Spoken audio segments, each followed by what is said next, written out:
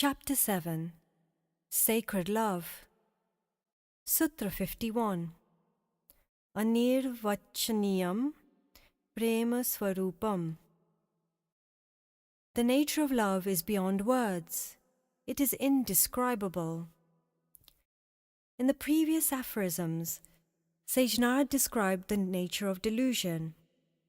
Here, he says that once a seeker crosses the world of delusion, he attains sacred love, prem, which is indescribable. Sacred love is the topmost goal of a living being, and devotion is the means to obtain this love. The Gaudiya Sampradaya, the Chaitanya school of Vaishnavism, reveals the different processes to reach the level where one experiences sacred love.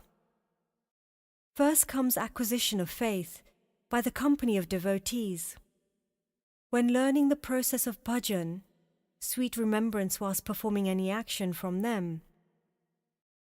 Thereafter, the practice of bhajan begins, which leads to anartha nivritti, cessation of harmful habits and cleansing of bad qualities, nishtha, steadiness in bhajan, ruchi, consistent delight in every item of practice, asakti, deep attachment, bhav, extreme maturity of asakti, and then prem, sacred love.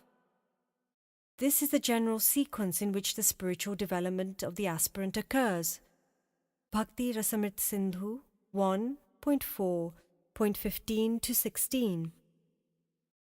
When a devotee feels very intense longing for Lord Krishna, it is called sacred love. Gopal Bhatt Goswami, a disciple of Chaitanya Mahaprabhu, explains in his Krishna Karnamrit commentary, sacred love is the only means by which we can see Lord Krishna. Without sacred love, even if we meet him, it is as if we have not met him. When he manifested himself on earth, even demons saw him, but they could not relish a single drop of the ocean of joy that he is. Instead, they burned with anger, envy, and violence. Thus, we can understand that sacred love is the only way to relish Lord Krishna's sweetness. The nectar of sacred love is not dependent on words, actions, caste, creed, colour, or on relationships. One may say that love is happiness, yet one finds that sadness is also a part of love. For instance, when a bride leaves to join her husband's family, after the happy occasion of the wedding ceremony, her own family cries. This crying is due to love and not due to worldly suffering. One may say that love is service to others. This is not true either, because the servitor can enjoy the act of serving others, but not actually fulfill their needs. In his bliss, he may feel that the ones he is serving are also in the state of joy. To illustrate, Vaisnavacharya Goswami from the Radharaman temple in Vrindavan described the following situation. Once, a disciple asked his secretary, "How can I please my spiritual master, Vaisnavacharya Goswami?"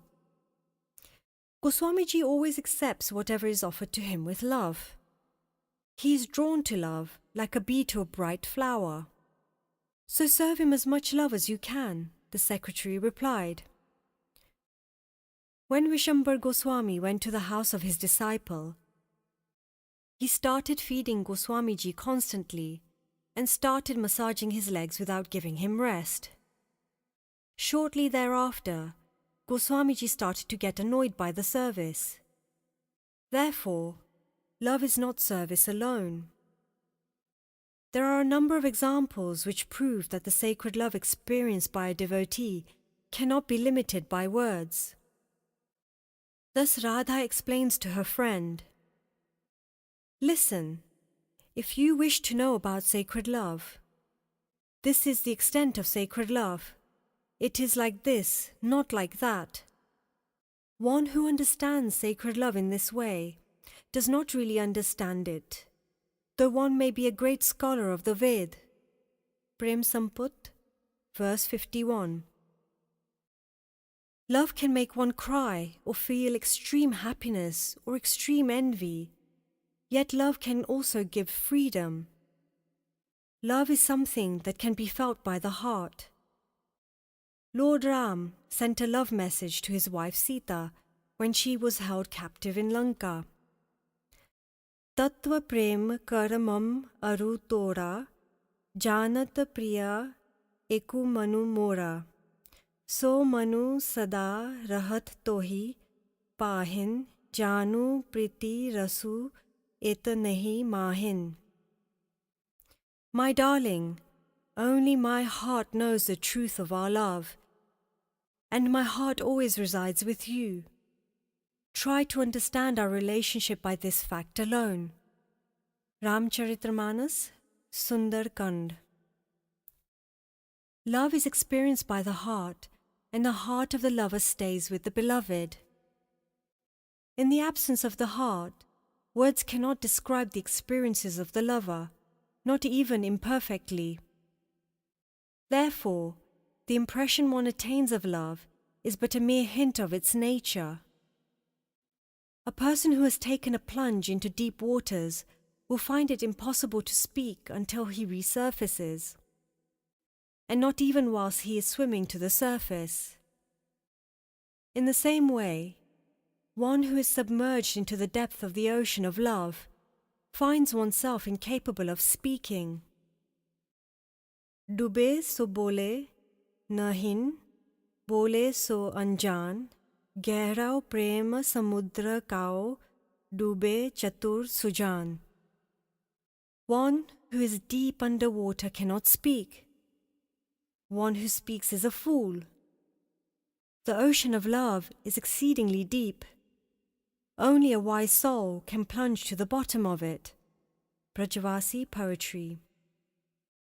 Hence, Sage Narad says that the limitation of words cannot describe the ocean-like vast experience of sacred love. Sacred love can only be experienced.